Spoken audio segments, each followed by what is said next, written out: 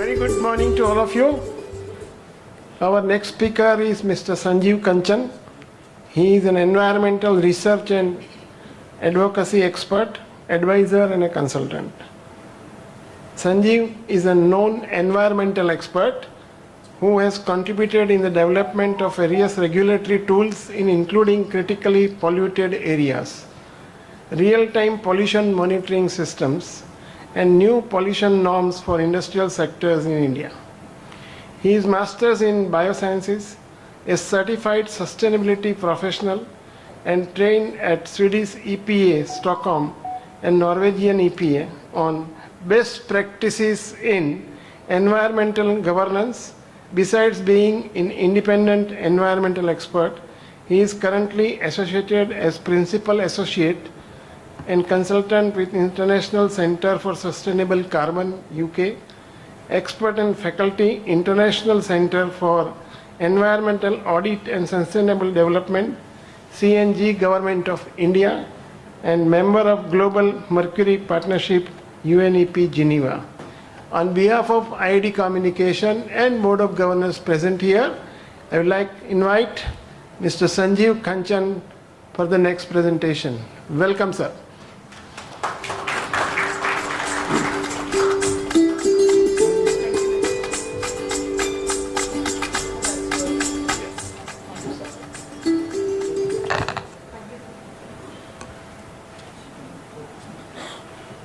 So very good morning to all of you. I didn't hear back. I think we had a very early breakfast. Good morning to everyone. Good morning. That's the energy, yes. So I have 30 minutes to share with you about the topic which you see is the real-time monitoring. Modgare Saab has already put the background, has given you idea how we have improved and which direction the country has been going. I'm trying to connect it with the overall picture of the country, which I'm saying environmental governance. Governance is not only the administration. Governance is not only the management. Governance is about having the entire system, which is society, which is set up. A system is being managed, run, operated, improvised, and think about using policy, norms, all the system available by the state, by any government, by any organization or the society. It's a big picture where everyone plays a role, not only the government, the administration, the state, any stakeholder, which is industry, common people, experts, everyone has to play a big role. I'm trying to connect the automation now, how it is going to help the country in environmental governance today, where we are and how it is going to happen in the future. So, when we are talking about the environmental governance, it is one of the important aspect of today's world, irrespective of when you are seeing the war happening in some part of the country, pollution is happening in some part of the country, and everybody is crying over the environment. This, for India, is very, very important in the sense because we are 1.4 billion people. The implications of not falling for the environment is very big for us. We are growing, developing very fast, so we also have to ensure that the resources available to us, either water, other raw materials, or clean air which is available to us, is limited. It is limited to across the world, but it is limited to us in the sense because we have a huge population to feed. To fulfill the demand of the people, we need production. Production generates pollution. And that pollution is going to disengage the balance that we have. So we need to learn in advance. Development is required because you need to feed those people, 1.4 billion people. But this development has to be sustainable. Sustainable in the sense, we develop, but we have the clean air to breathe in.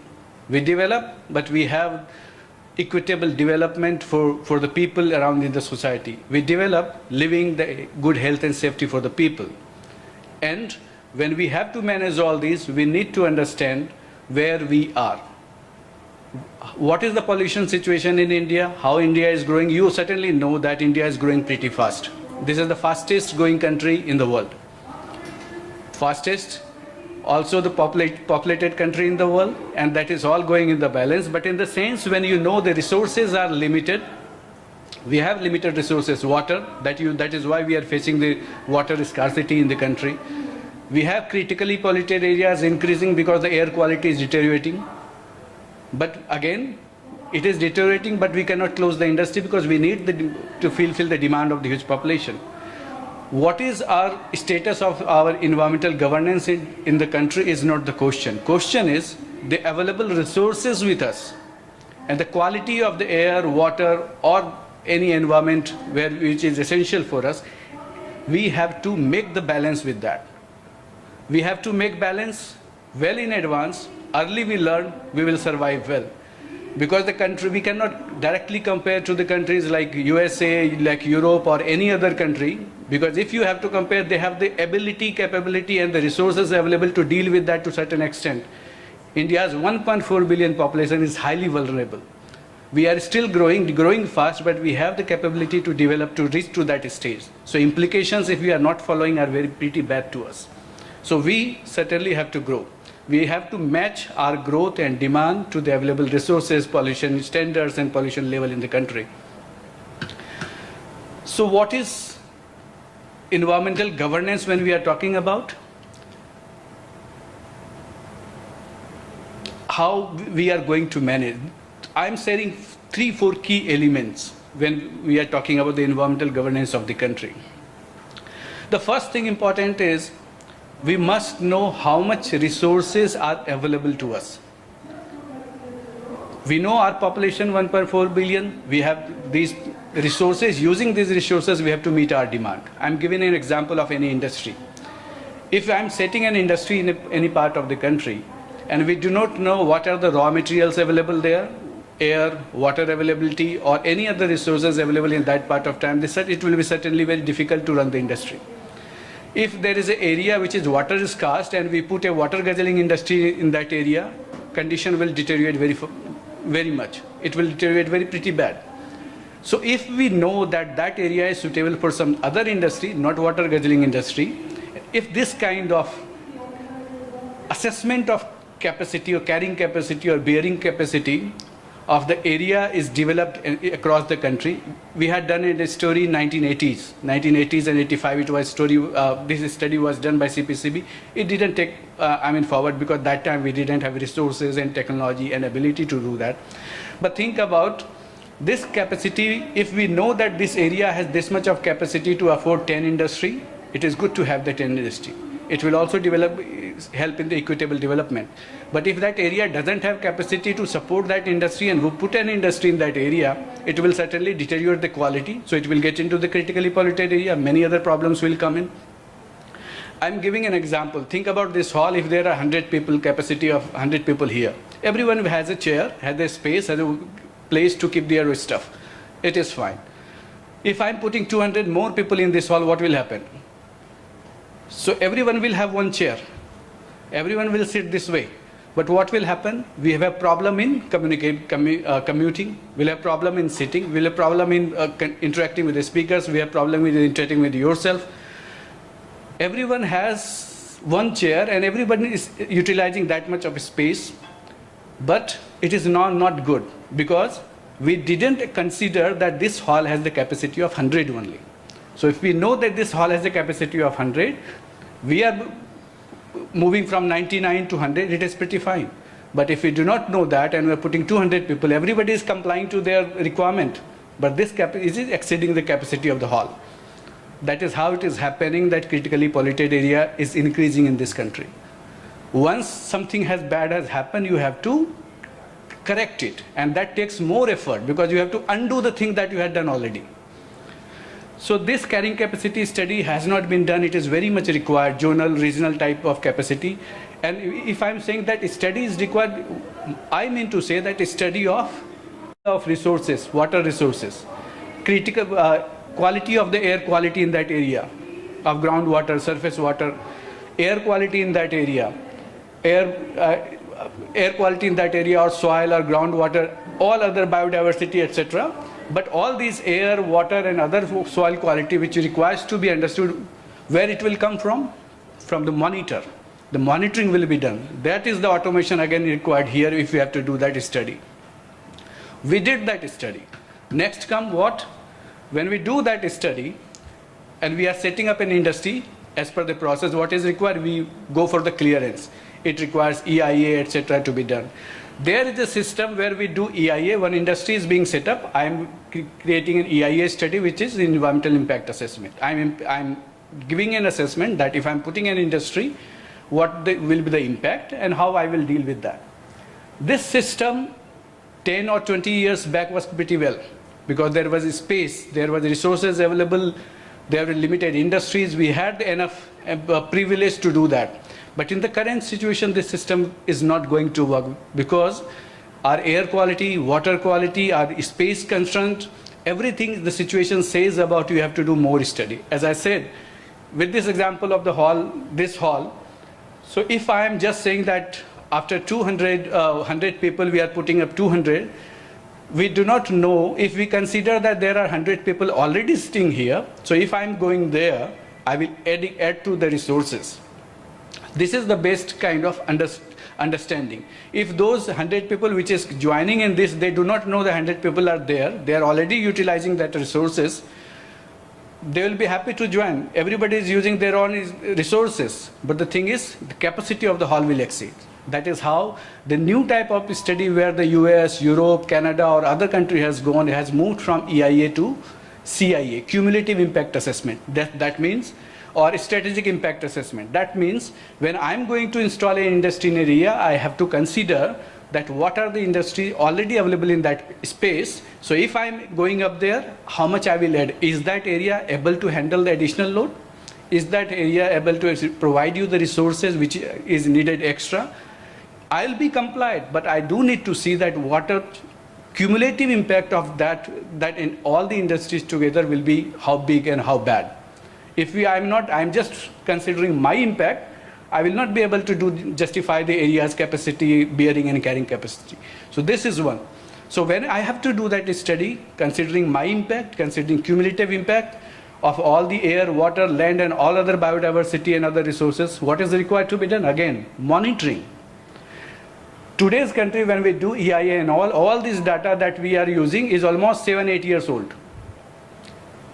That study has been done by some 7-8 years old, and that study has been used by, the data is available to different departments, horticulture, agriculture, pollution control board, all other. These all are not connected. There is no streamlining. So if I use that data, first, the data is old, not relevant to the current situation. We cannot compare the data, cannot analyze the data, cannot verify the data. These older, that is how the system is getting failed. EIA was quite well to that situation, but today's time is that we have to move. And when we have to move, you have to do that, we have to consider those numbers and updated numbers. This is where automation has to go play the role. Third, I set up the industry. What is required to be done? I need to see that my industry is well optimized, uses less resources, producing well. My industry is compliant to the norms and also doing pretty well to the pollution norms and other things. What is required to be done? That is where the India had started it in 2014, as Modgare Saab said, that we started real-time monitoring in India for pollution. So what happens here? We install monitors in the duct or the chimney. That monitor monitors the data every 1 minute, every second, every parameters it differs. That data is directly sent to regulator for CPCB and SPCB. Regulator sitting in the office can see what is the pollution level and how it is performing. We also have a system of installing the camera. So sitting in the office, the regulator can see that how much chimney is emitting or how much effluent is being discharged. This is the technology saving that you get more data. Data is today's currency, or if not today's, it is for tomorrow's currency for sure. That is what many of the industry are growing up and utilizing the data as a currency there. If we get more data, we will be analyzed it best. If we analyze it best, we can use better norms, better regulation and better policies. That helps again with the environmental governance. That is the broad headline where everything is connected. But as I said, when we have to do the resource monitoring, creating database, better clearance system, pollution monitoring and reporting.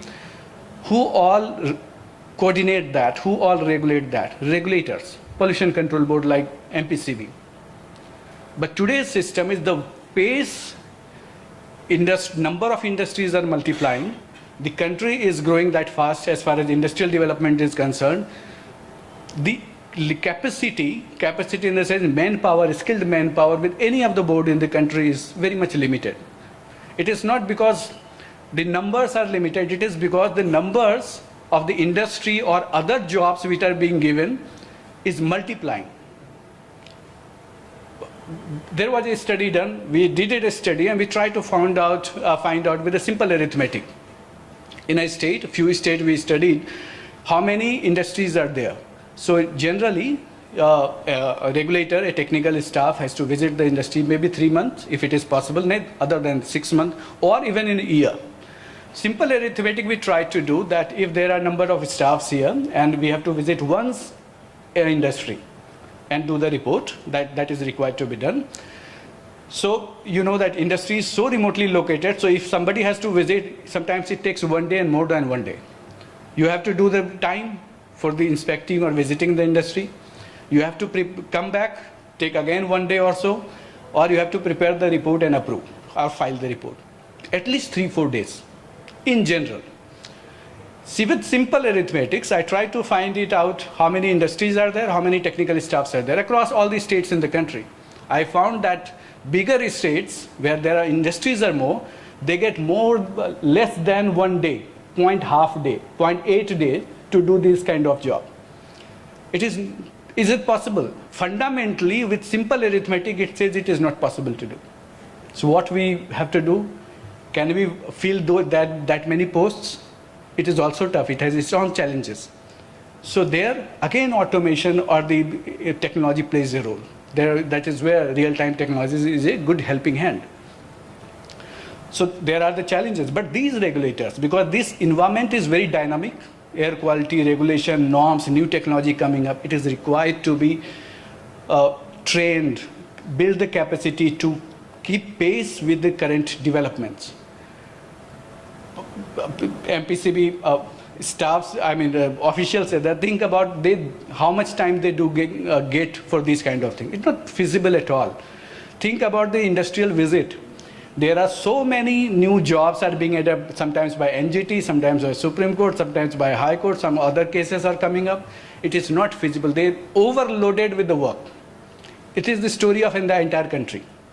The thing is, we need to find out a solution. And you cannot ignore this because the environmental regulator is the main who is regulating all the aspects of the country. So if you are not strengthening your doers, it is not feasible to make a strong system. So capacity building is also required.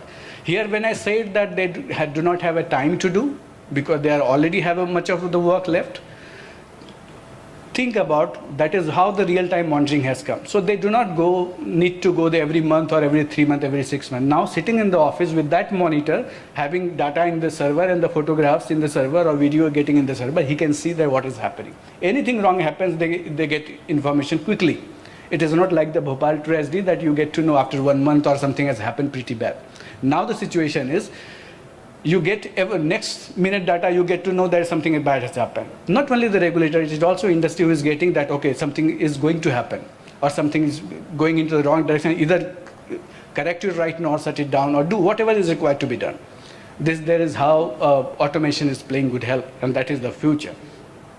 So updated, standardized and verifiable data and enough amount so that we can get the data, analyze the data, make real and useful policy, effective policy on the ground. Automation of the system, this monitoring is required, and where real-time monitoring is playing big role. What is best? With the current system, conventional system is fine. As I said, limited manpower with the always increasing work. So there's a best way, and this is how US, Europe, and all other countries are doing. There's a system of self-monitoring and regulation. Their real-time monitoring plays a role that you have installed the monitor gives the data is being observed and being checked by the regulator, and job is being done. polluter, which is industry, is responsible for, they are the best person who knows what is happening, what is going to happen, and how to control that. Nobody third party can tell it. And if third party has to say, they have to give the time, have to be given the time for this. So the best way is they regulate. And in India, the country is going so fast, that vast number of industry, it is the best that it is self-regulated. We have to put our pace in such a direction that the industry become capable to do that. Command and control system, which our regulatory system still does that. Environmental, our legal system still does that you have a stake and going to industry, why you are doing this, why you are doing that. It is not feasible with this large number of industries. So we have to move from there, and there is the role of playing of real-time monitoring. The best thing is, we also need to learn, you do not use your investment or real-time monitor, for example, just for compliance. You need to think beyond that. Think about using that technology based to optimize your process. That is how other countries or advanced countries does. They have invested into it, invested much more than that what Indian industry invests, but they utilize the benefit that is coming out of it. Use your best practices, technology, to optimize your process, save your resources, and become compliant. And in today's world, when the customer is so aware, larger MNCs and all, they get idea of, if they do pretty well, their customer base is strong, because customer understands how your industry is performing, how ethical business and environmental safe practices the industry is doing. This is also good for industry. And having that real-time monitor, automation, this is bringing the transparency. Even in now, things are improving, but even now, you will not find the trust between the industry, community, and the local people, and regulator. Everywhere there is a doubt that he is doing something wrong. This is not an ideal condition of a developed country. We are developing, but we are going in the direction where we need to understand, create a system which is transparent. Everybody knows what is happening. We are moving in that direction, but a lot has to be done. And there, real-time monitoring and automation can play a very important role. Good governance, as I said, to just bring back the few points. So this requires standardized pollution monitoring practices, which real-time monitoring is playing a role. If the data is directly coming to you, credibility is certainly more. There are challenges for certain, they can be manipulated, but it is better than what we had earlier. Transparency is there. Your regulatory system strengthens because you get to see all the data in the front sitting in the office, but you get everything you know sitting in the office what is happening there. And once these systems are going well, good environmental governance will create a system of self-regulation. And self-regulation, market-based regulation, where SO2, NOx control or CO2 control will be controlled by the market. That is how you see emission trading scheme. Emission trading scheme was on pilot scale, was started in India around 2011 or something. So Maharashtra Pollution Control Board, Tamil Nadu Pollution Control Board, and Gujarat Pollution Control Board is part of it. Right now, Gujarat Pollution Control Board is doing some kind of pilot test. But this is where our world is going. India has to go. There is no other way. This is where the world is. So we are moving in the direction. US had started, it is because of their industrialization phase, where emission from the industry, SO2 and NOx, that was creating acid rain. So they created acid rain program, which had destroyed completely their lakes, their plantation, and many of the things became poison. They started under acid rain program, emission trading, or regulation, regulatory real-time monitoring of SO2 and NOx. In 10 years of phase, 2005 to 15, in 10 years of phase, they were able to manage 60 to 70% reduction of SO2 and NOx emission. It is not that it was regulatory requirement only, because they created a system of emission trading that you know that emission tradings happen on SO2 and NOx there. So the industry who are doing better, they are getting in return who are not complying. They are getting more credibility. Apart from that, they are getting an investment back because they have already controlled below their quota. India started.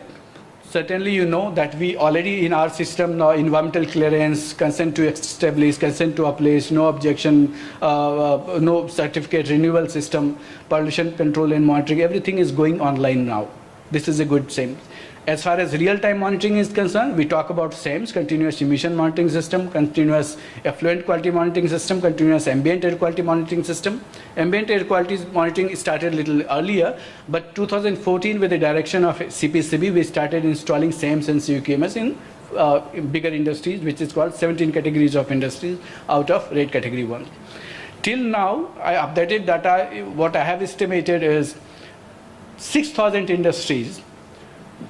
Under this direction, 6,000 industry have installed around 30,000 installations of the monitors, which are sending data to CPCB and also to respective SPCB. Beyond that, every state is asking the different industry to install, under the rate category to install monitors. So this number is multiplied.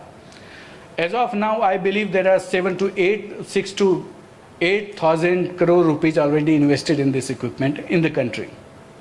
Going pretty fast, because as discussed before, under NCAP, Government of India is expanding the air quality market. In financial year 2020-21, they had put the budget of 4,400 crores only for air quality monitoring, establishing the system and the installations as well. And this is a multi-year project, so it is going to invest more. This market is growing pretty big.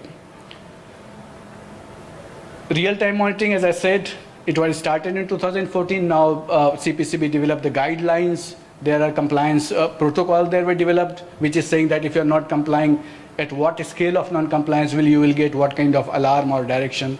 There are certain gaps like certification system. Certification system means the equipment we install, if it is certified or not. There are other systems where the data acquisition and handling system, where all the data from all the monitors going to regulator, it is being done. So this system has been developed for sure. And while we are doing this, we have followed where the world goes, world best practices being followed. Like we have a system in India which is hybrid of European system and US system. European system says when you have to install the monitor, it should be certified by an agency.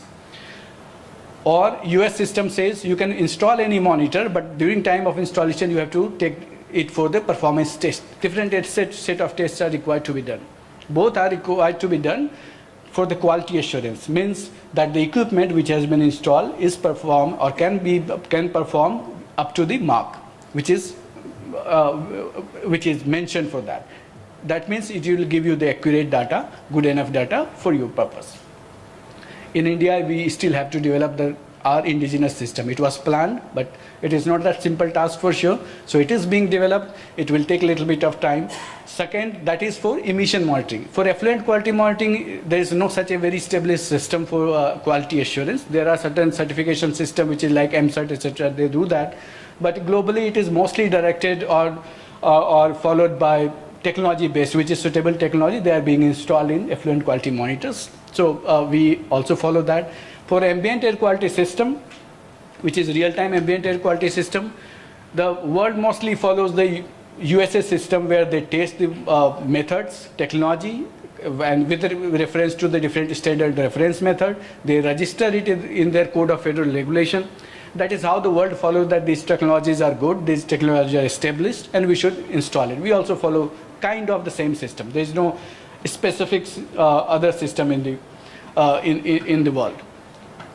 We have installed 2014 onwards, but you have seen the previous slide that we came up with the guidelines in 2017. That 3 years gap did a tremendous problem in the system. These technologies are quite new. We didn't have experience. We means industry or the regulator or any other agencies involved into it had not much experience into it. What has happened? There has been a systematic problem selecting the right equipment, which is still there. Bigger industries, which has a big system, big environmental department, they could consult with their consultant and they could develop their system. But what about the middle and small level? The problems are still there. Right equipment selection, then where to install in chimney, which point to install. This makes a good sense. It is not only important that you have a very high quality equipment and you can install anywhere. You have to install such a place where you get the representative monitoring, so which says that your industry is complying. There's a huge problem in this. I'm saying that 98, 99% of the industry has this problem. The bigger one where I had audited. I mean the big brand I'm talking about, because they were not aware. It is not that they're doing knowingly, but they were not aware. And the initial problem that has been made, you cannot change all the equipments altogether, right? You have to make something which has been installed millions of rupees into that, crores of rupees into that. You cannot just change altogether. You have to make how to put it correctly. Correct setup. I'm not going into the detail because this takes entire day about all these systems are quite big and technical. Operation and maintenance, huge problem because people do not know. Data handling, there were tempering problem, a lot of tempering problem in the beginning. This has reduced. It has not gone away. This is reduced, but still there is a problem. That is how all these problems are still there in the system. It is being removed gradually, but a lot has to be done in that. And this is going to the resulting into the poor data quality. So if the data is poor, it is well understood across all the regulators, SPCB, CPCB or MOEF. Everybody knows that there has been problem and it will time to improve that. Since the data quality is not good, confidence is not good. So using this data for the compliance check, having the legal backup, because using this for the compliance check requires some legal changes, amendment in the Air Act, Water Act, Environmental Protection Act. It is required some changes to utilize this data for compliance check. We cannot do this because we already know that this data is not credible enough at this point of time. So this is one of the critical gap of knowledge, and there has not been much training. Some of the training we had done with MPCB and other states as well, but a lot more is required to be done. It is not a one-day job.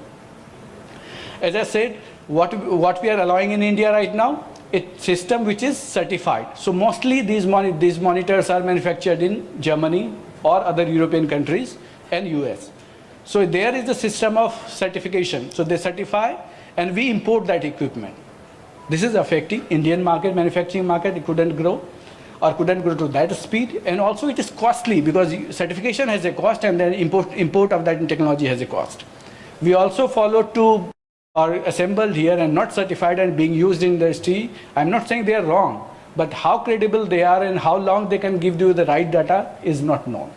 And SEMS and real-time motors are known for the credibility and quality of the system and the data. So this is a critical gap in the system. Third, I already said, we need an accredited laboratories, system of laboratories who does this kind of calibration, check, independent assurance, independent tests for the industry which installs or for the manufacturers who play in the market.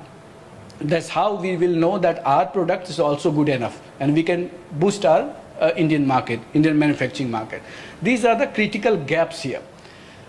There is no training because expert agencies are not there, testing agencies are not there, policy is not being boosted because we do not have that much expertise. These gaps are required to be filled up. Everything is not bad. There are some good stories in that. Because we know that we have the problem of data quality, manipulation, everything are there. But it made us to create a very wonderful data acquisition and handling system in this country. This data acquisition and handling system which I am sharing is a two-way, where all the monitors, air quality, water quality, all kind of monitors can send the data to the regulator and get instructions, can send the data with a single network, online, without manual intervention in between. There is no system in Europe or USA like this in India. This is one of the good things. How Europe does, industry monitors data, send it to the local body, they collect in their server, their PG, and then send it to whenever it is required to be sent to local regulator, and then when central regulator requires for the policy making, they ask for the local regulators and collect data for policy making. Our system is quite well advanced, it is well understood in that case. Second, indigenous development in automation is remote calibration. No country has done this so far. So what does it do? Most of you certainly know, I'm just saying it very briefly. So if a regulator is screening the data of the industry and find that some data are not very consistent and giving some wrong analogy on that, they can try to check how, especially for the gas monitors, gaseous SEMS. So if they have to check that how this equipment installed in the industry is performing, they can give the command right sitting in the office that just show me if I'm passing the zero gas from the cylinder. The monitor should monitor zero and reflect that I'm zero. Or any concentration of gas, and that should reflect that this is the gas. This is the concentration. So we know, sitting in the office, regulator knows that this equipment is working properly and giving the response.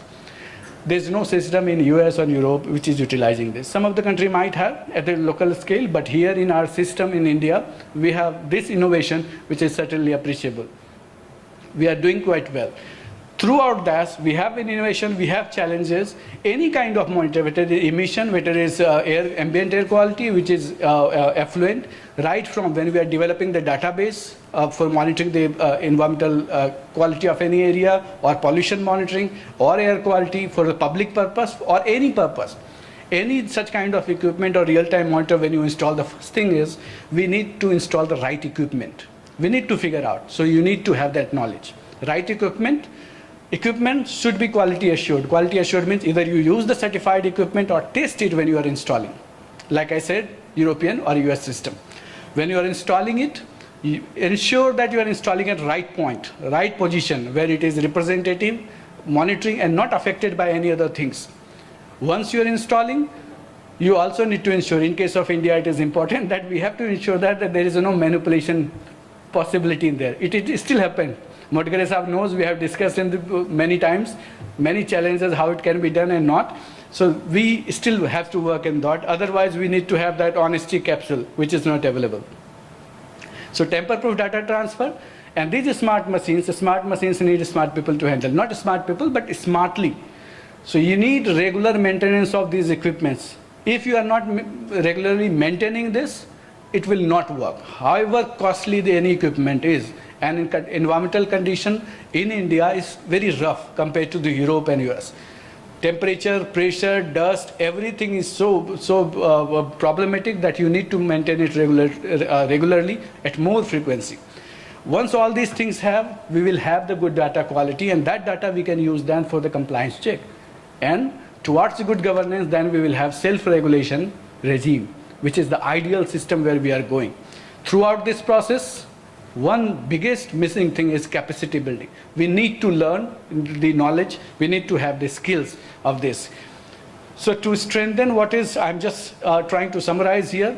For real-time monitoring, government certainly has to do indigenous certification system, have to develop the labs empanelment system, compliance check, and for that regulatory amendment, legal amendment that is required to be done. For overall environmental, as I said, for the governance, what we have to do, we have to create the database of carrying and bearing capacity in the country using the monitors. This database should be updated, regular, connected with the different departments, have with the centralized database system where anybody can access, anybody means with the authority can access, can cross-check, can verify, and update it time to time. That is the system where it will have the impact assessment, right impact assessment. Industry. It is not only that government has to do a lot. Today's world thinks about that you better understand where you are. Market right now market means the customer, your buyer, or any stakeholders with that supply chain, you ask us that you need to be sustainable.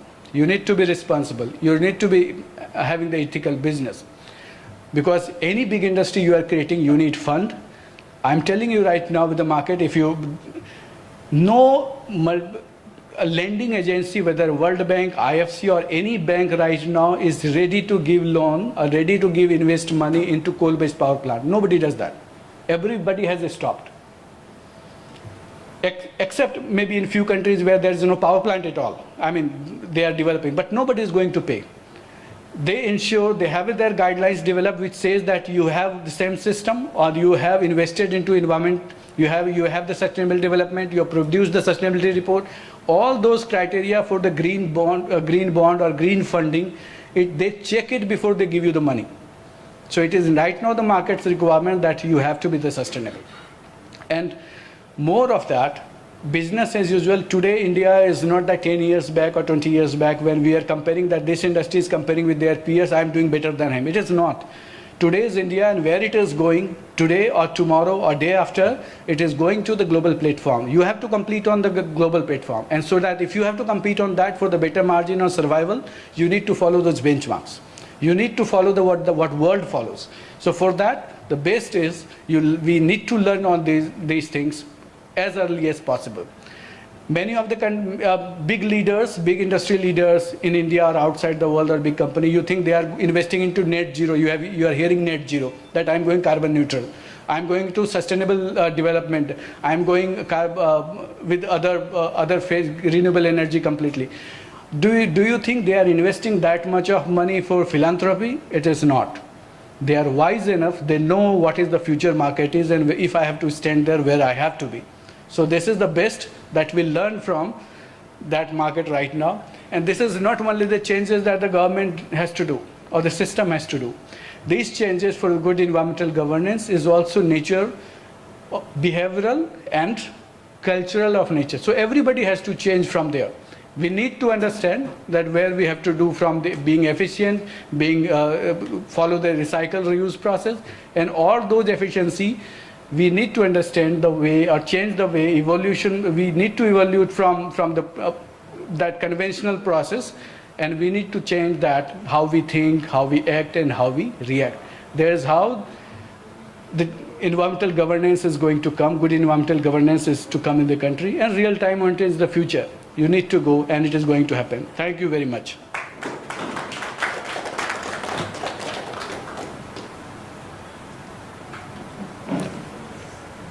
Sir, I have one question. Sir. So when the government certifies an industry should set up, it is based on some assumption of the raw materials, right? Like suppose if I am putting a boiler, and the boiler is based on certain throughput, whether it is a natural fire or fuel oil. But the industry, according to the 24 hours timeline, the moment evening happens, they change the fuel. It could be a coal, it could be a pet coke, pulverized lignite, and the environment is totally changing. Then the real-time analysis, what is monitoring, maybe the tampered.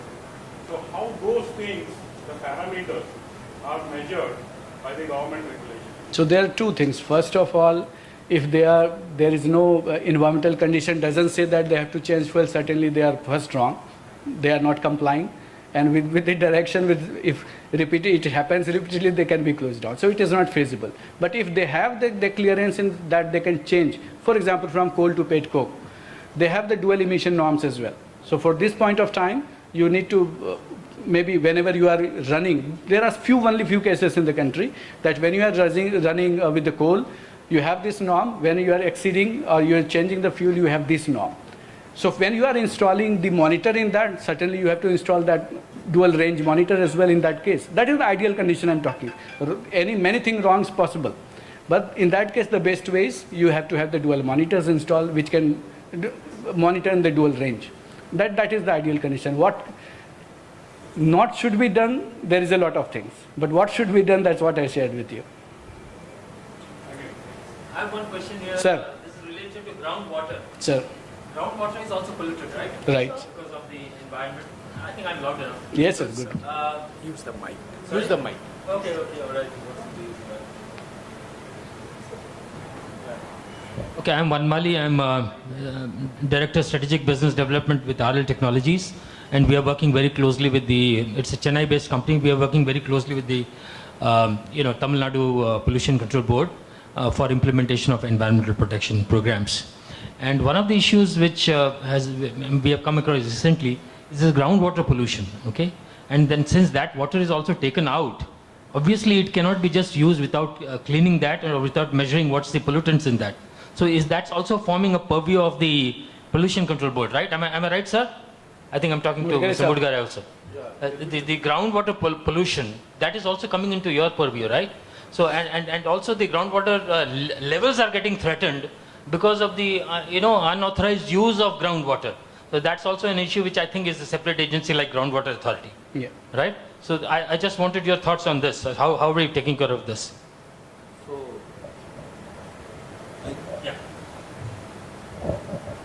So the industry having a water consumption of 10 meter cube per day should get a certification from the Central Groundwater Board Authority at Delhi.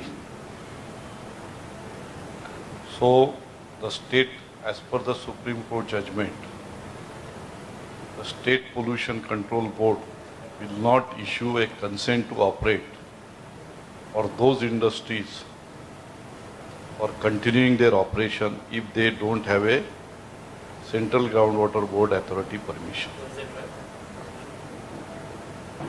Even the renewal we have kept hold and the first operative. So this is now as per the NGT direction. So I think at least Maharashtra and all the state pollution control boards are acting on that. So this is now a regulation. So when you had also applied, sir, so that time you, in the clearance with EC and all, you might have monitored and used that data. What is the current level of groundwater? That's what I said. When we use the data which is outdated 10 years back, what your environmental consultant might have done, taken data from some source and then they put that this is the water level, this is where we will do. That is the thing. When we have the updated data with the real monitors, I have centralized database, all the agencies which are required to check and verify, they can access. You will get the better data access and other agencies will also be able to verify that. That's the best way. I think that will happen in future. Just little bit of time where we are improving.